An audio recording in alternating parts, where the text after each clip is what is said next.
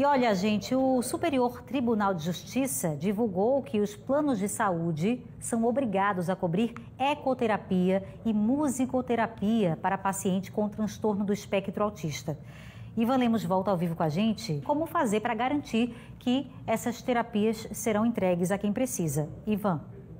Isso, Bia, já está valendo, né? Na prática, os planos de saúde já têm que disponibilizar esse tipo de terapia para pessoas com autismo, mas deve estar muito ainda no campo da teoria, porque a gente sabe que os planos dificultam muitas vezes esse acesso a tipos de tratamentos básicos, como psicólogos, por exemplo. Imagina musicoterapia e ecoterapia.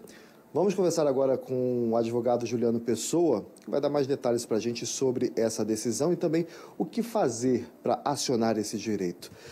Doutor Juliano, boa noite. Já está valendo, né? As pessoas já podem ter acesso a esse tipo de terapia. Boa noite, Ivan. Boa noite, Beatriz, a quem nos assiste. Veja, foi uma decisão, um precedente importantíssimo, né, do Superior Tribunal de Justiça, de uma turma de forma unânime, ou seja, consolidou-se ali aquele entendimento de que deve sim ser coberto pelas operadoras. A Beatriz tocou num ponto interessante, que é a questão da ANS, né? Esse era um dos argumentos, inclusive, utilizados pelas operadoras, de que esse tipo de tratamento não consta no rol da ANS, então, portanto, eles não deveriam realizar a cobertura. Mas vale ressaltar também, aqui para quem assiste a gente, que desde 2022 nós temos uma legislação no país que diz que o rol da ANS é referência básica, não é a totalidade de cobertura, então esse tipo de argumento não se sustenta. Caso haja uma particularidade, uma especificação daquele caso concreto e o médico assistente fundamente isso de forma técnica, deve haver cobertura independentemente de estar contido no rol ou não. E é isso que entendeu o STJ, que no passado, se a gente fizer uma retrospectiva aqui, em 2021, o STJ chegou a decidir, inclusive, que o rol seria taxativo, né? Por sorte, teve uma lei posterior a essa decisão que mudou isso por meio de legislação, e aí não tem o que se discutir hoje. Então, a gente torce que as operadoras recuem e passem a oferecer esse tratamento de forma mais facilitada, porque hoje, na prática, 100% das vezes, infelizmente, as pessoas têm que buscar recorrer ao Poder Judiciário, senão não tem esse tipo de tratamento deferido de forma administrativa. A gente espera que as operadoras cumpram a decisão, né? A ANS estará monitorando isso certamente, porque a Corte deverá notificar a agência da decisão do entendimento que foi tido e, independente de estar no rol ou não, deve haver cobertura. Na prática, hoje, praticamente nenhuma operadora dessas oferece esse tipo de tratamento. Então, se a pessoa que tem um plano de saúde ali, alguém com autismo na família, precisar desse tipo de tratamento, deve imediatamente recorrer à justiça, porque provavelmente não vai conseguir ali via operadora, né? Veja, o que a gente recomenda sempre, Ivan, é uma busca por um acordo, né, vamos dizer assim, administrativo, ou seja, entre em contato com a operadora, por e-mail, documenta isso, faz reclamação na ANS, abre uma reclamação formal contra a operadora, ela tem prazo para responder sobre aquela situação em específico para a agência, não resolvendo, aí sim, busca os órgãos de proteção e defesa do consumidor, busca a ajuda de um profissional da área jurídica para poder assessorar e tomar as medidas cabíveis, judiciais, se for o caso concreto. Se não houver necessidade, é o que a gente torce que não aconteça, resolverá na esfera administrativa e essa pessoa será atendida. De fato, é como você falou, existe uma certa resistência ainda das operadoras em quererem cumprir esse tipo de tratamento quando é prescrito.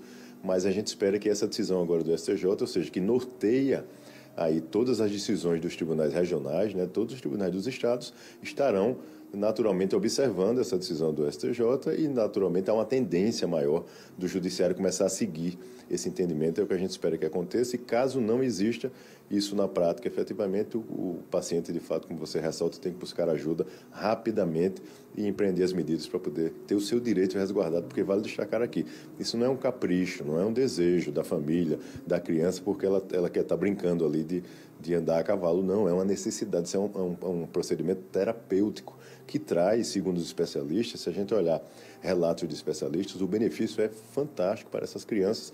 E é importante que a gente ressalte aqui também, a gente está falando muito aqui do autismo, mas engloba, na realidade, a decisão qualquer criança que tenha algum contexto envolvida ali no transtorno global de desenvolvimento. Entre estes, o autismo também se encontra, mas TDAH também está aí, dislexia também faz parte, então, ou seja, existe um grupo de transtorno aí ligado ao transtorno global de desenvolvimento, que essas crianças, todas elas, têm esse tratamento resguardado. Existe com essa decisão um prazo para que essas operadoras ofereçam esse tratamento a partir do momento que a pessoa dê entrada? Veja, na realidade o tratamento já deveria ser deferido normalmente, né? Como nós falamos, independente do rol ou não, porque houve a prescrição médica, houve fundamentação e justificativa técnico-científica para poder esse tratamento existir.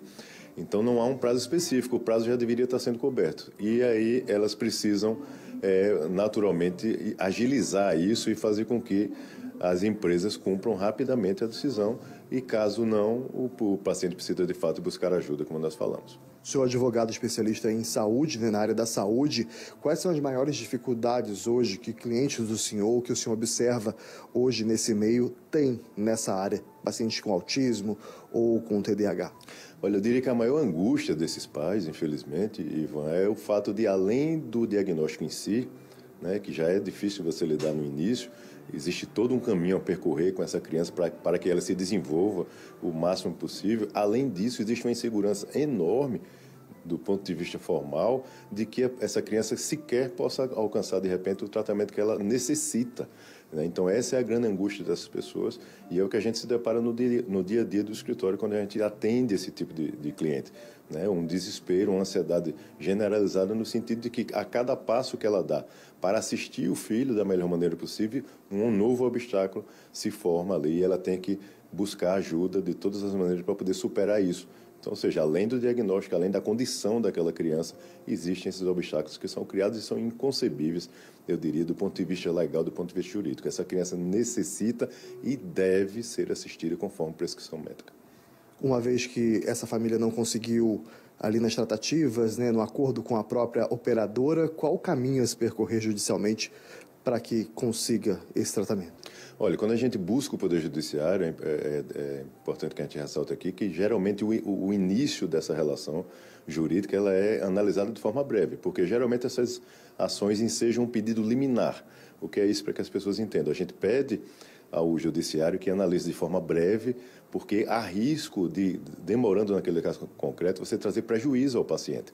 Então, o Poder Judiciário se debruça de forma ágil, geralmente nesses casos, e aí autoriza ou não aquele pedido de acordo com o entendimento do magistrado. Isso acontecendo, a operadora, naturalmente, ela tem um prazo processual para poder se manifestar no sentido de cumprir ou não a decisão ou recorrer questionando, é um direito dela.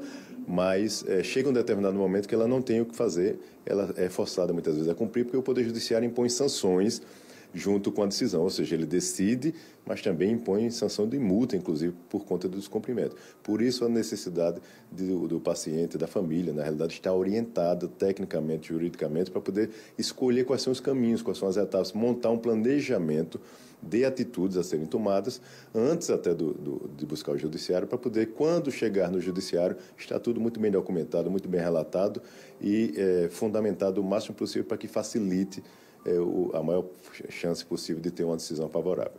Muito obrigado pela sua entrevista ao vivo aqui no Cidade. Então, a partir de agora, é a obrigação das operadoras oferecer esse tratamento de musicoterapia e ecoterapia a pacientes com autismo. Difícil até em conseguir amparo na rede de educação que dirá na saúde, mas agora está obrigatório. É obrigatório para os planos de saúde. Volto com você, Bia. E fica o recado, né, para quem precisa do serviço, ter esse conhecimento e correr atrás, fazer valer o que agora já está determinado pela ANS. Obrigada, viu, Ivan? Também agradeço ao doutor Juliano por trazer esses esclarecimentos sobre saúde e direito à saúde aqui no nosso país.